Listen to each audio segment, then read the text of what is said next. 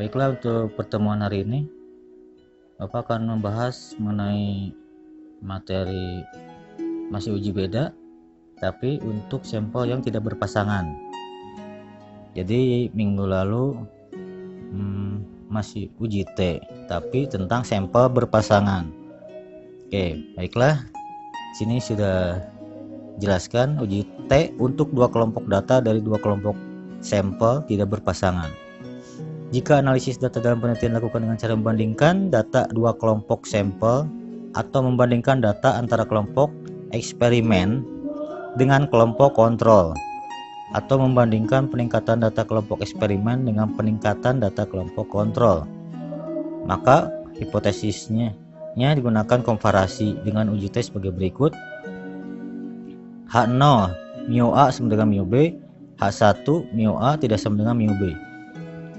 Mu A itu artinya rata-rata, mu A artinya rata kelompok eksperimen atau rata-rata peningkatan data kelompok eksperimen.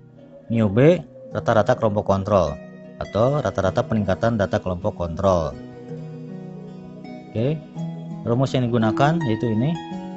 T sama dengan T hitung ya.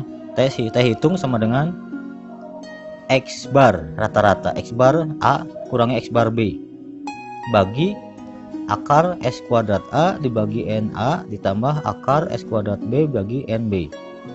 Terangannya ini, XA itu rata atau rata-rata skor kelompok eksperimen. Jadi A itu eksperimen, kalau yang B kontrol.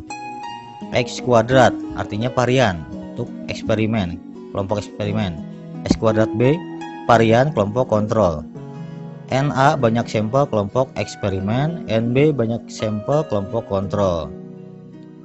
Atau menggunakan varian populasi, menggunakan rumus sebagai berikut. Yang ini, jika varian populasi tidak diketahui, XT sama dengan X bar kurangi X bar B bagi S gab itu S gabungan dikali akar 1 per NA tambah 1 per NB. Kita lihat perbedaannya. Ini ada variannya, ini variannya gabungan.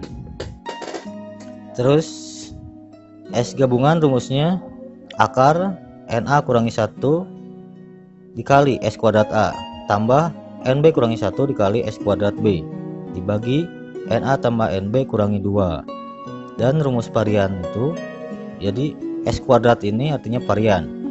Nah, ini rumus variannya, sigma X kuadrat kurangi sigma X kuadrat bagi N dibagi N kurangi 1. S kuadrat A varian kelompok eksperimen, S kuadrat B varian kelompok kontrol. Ya, ini sudah tadi di atas. S gab simpangan baku, S itu simpangan baku. Jadi kalau pakai kuadrat, S nya namanya varian. Kalau nggak pakai kuadrat, S saja artinya simpangan baku. Nah, untuk pengujian hipotesis selanjutnya, nilai T hitung di atas dibandingkan dengan nilai T tabel. Cara menentukan T tabel nanti dijelaskan di lampiran. Jadi misalkan taraf signifikan atau alfa sama dengan 0,05 atau 5%, dan derajat kebebasannya NA tambah NB dikurangi 2. Kriteria pengujian hipotesis, tolak H0 jika T hitung lebih dari T tabel, terima H0 jika T hitung kurang dari T tabel. Contoh, diadakan penelitian tentang perbandingan nilai akhir siswa yang menggunakan metode demonstrasi dengan metode ekspositori atau konvensional dalam pembelajaran geometri. Hasilnya sebagai berikut. Nah, ini ada tabel skor perolehan hasil pembelajaran geometri. Jadi ada dua kelas A dan kelas B. Kelas A itu ini eksperimen, kelas eksperimen. Jadi menggunakan metode demonstrasi. Untuk kelas kontrol tidak menggunakan metode demonstrasi, tapi menggunakan metode konvensional. Jadi setelah melakukan pembelajaran dilakukan post test atau tes akhir. Ini hasilnya. Kemudian kita olah satu-satu datanya. Nah, kelas kontrol itu XB XB. Di sebelahnya bikin lagi kolom lagi X kuadrat B. Jadi XB nya dikuadratkan, 35 dikali 35 hasilnya 1225. Terus ke bawah hingga ke siswa ke-20 atau responden ke-20 yang skornya 76. 76 dikali 76 hasilnya 5776. Nah, kemudian dijumlahkan dari responden nomor 1 hingga responden ke-20. Untuk ini sigma XB. Karena sini XB, sigma itu jumlah 1169. Untuk sigma X kuadrat B 71.575. Kemudian kita buat tabel pembantu. Pindahkan ini sigma XB nya di sini 1169. Sigma X kuadrat B nya ini pindahkan ke sini 71.575. Di sini sigma XB dalam kurung dikuadratkan, artinya sigma XB dikali sigma XB, yaitu 1169 dikali 1169, hasilnya ini 1366561. Banyak responden itu 20.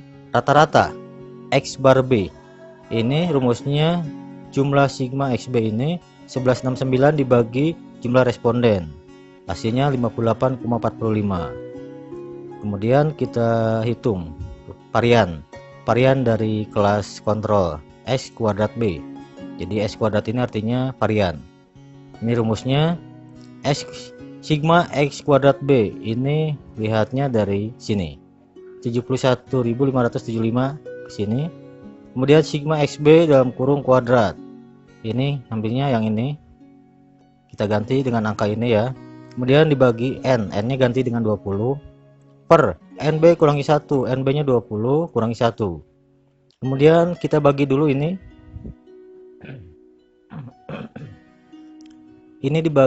diperoleh ini 68328,05. Kemudian 20 kurangi 1 19. Kemudian dikurangi yang ini hasilnya 3246,95 dibagi 19 diperoleh 170,89. Nah, jadi ini kita dapat S kuadrat B atau varian kelas kontrol. Untuk kelas eksperimen lambangnya XA. Jadi kelas eksperimen itu simbolnya A. S kuadrat A nya artinya SA kali XA, 48 dikali 48 hasilnya 2304. Kemudian dengan responden berikutnya sama caranya sampai ke responden ke-20. XB nya 86, artinya 86 dikali 86 diperoleh 7396. Sama caranya ya seperti yang kelas kontrol. Kemudian dijumlahkan dari responden nomor 1 ini skornya hingga responden ke-20, hasil dari semuanya itu 1372. Begitupun X kuadrat A nya dijumlahkan sampai responden ke-20 diperoleh 95.832. Nah, kemudian kita buat tabel pembantu ini. XA pindahkan yang ini, X kuadrat A pindahkan yang ini, yang 95.832. SA kuadrat di dalam kurung kuadrat, artinya 1372 dikali 1372 diperoleh 1882384. Respondennya 20. Rata-rata untuk kelas eksperimen rumusnya sigma XA dibagi jumlah responden, 1372 dibagi 20 hasilnya 68,60. Berikutnya kita cari varian untuk kelas eksperimen. Rumusnya sama dengan yang kelas kontrol, cuma ini lambangnya beda. A itu eksperimen.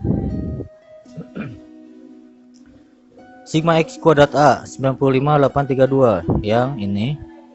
Kemudian sigma XA dalam kurung kuadrat, ngambilnya yang ini 1882384 ya. Kemudian dibagi N 20, NA kurangi 1, 20 kurangi 1, 20 kurangi 1 19, kemudian yang ini dibagi 20, hasilnya ini 94 119,20, kemudian dikurangi, diperoleh satu yang pembilangnya dikurangi ya, hasilnya 1712,80, dibagi 19 diperoleh 90,15. Kita tentukan S gabungan. S ini tanpa kuadrat ya, artinya S ini simpangan baku. Kalau pakai kuadrat artinya varian. Oke, rumusnya ini. Jadi kita gantikan simbol-simbol ini menjadi angka ya. NA nya 20 kurangi 1, S kuadrat A. S kuadrat A nya ya, yang ini 90,15 ditambah NB 20 kurangi 1 kali S kuadrat B. S kuadrat B yang kelas kontrol ini 170,89. Nah, kita simpan di sini. Kemudian NA 20, NB 20. 20 tambah 20 itu 40 kurangi 2. Untuk yang ini 20 kurangi 1 itu 19 dikali 90,15 diperoleh 1712,85. Kemudian ini 20 kurangi 1 juga 19 dikali 170,89 diperoleh 3246,91. Kemudian dijumlahkan ini yang pembilang diperoleh 4959,75. 40 kurangi 2 38. Kemudian kita bagi ini diperoleh 130,52. Kemudian diakarkan, diperoleh hasilnya 11,42. Jadi kita dapatkan S gabungannya 11,42. Kemudian kita tentukan nilai T hitung dengan rumus sebagai berikut. T hitung sama dengan X bar A kurangi X bar B dibagi S gabungan kali akar 1 per NA tambah 1 per NB. X bar A artinya rata-rata XA kelas eksperimen, yaitu di sini. Nah, rata-rata XA 68,60. Nah, 68,60. X bar B rata-rata XB kelas kontrol. Nah, yang ini 58,45. Jadi rata-rata X bar B itu rata-rata kelas kontrol 58,45 ya. Kemudian S gabungannya yang ini 11,42. Akar 1 per NA nya 20, NB nya 20. Ini dikurangi diperoleh 10,15.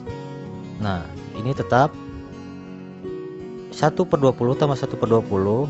Karena penyebutnya sudah sama, maka bisa dijumlahkan pembilangnya. Jadi hasilnya ini 2 per 20. 2 per 20 sederhanakan jadi 1 per 10. 1 per 10 itu 0,1. 0,1 diakarkan hasilnya 0,32. Nah, jadi ini sama 10,15, ini 11,42 sama, ini berubah. Kemudian pembilangnya sama, ini dikali 11,42 kali 0,32 diperoleh 3,65. Kemudian dibagi 10,15 dibagi dengan 3,65 diperoleh 2,78. Jadi kita sudah dapatkan T hitungnya 2,78. Setelah kita peroleh T hitungnya, kita buat hipotesis. H0 itu nilai akhir pembelajaran geometri siswa dengan menggunakan metode demonstrasi tidak lebih tinggi atau sama saja dengan siswa yang menggunakan metode konvensional. H1 nilai akhir pembelajaran geometri siswa yang menggunakan metode demonstrasi lebih tinggi dari siswa yang menggunakan metode konvensional. Jadi pada penelitian ini kelas eksperimennya menggunakan metode demonstrasi. Kriteria pengujian hipotesis. Tolak H0 jika T hitung lebih dari T tabel. Tolak H0 juga sama artinya dengan terima H1. Nah, satu lagi, terima H0 jika T hitung kurang dari T tabel.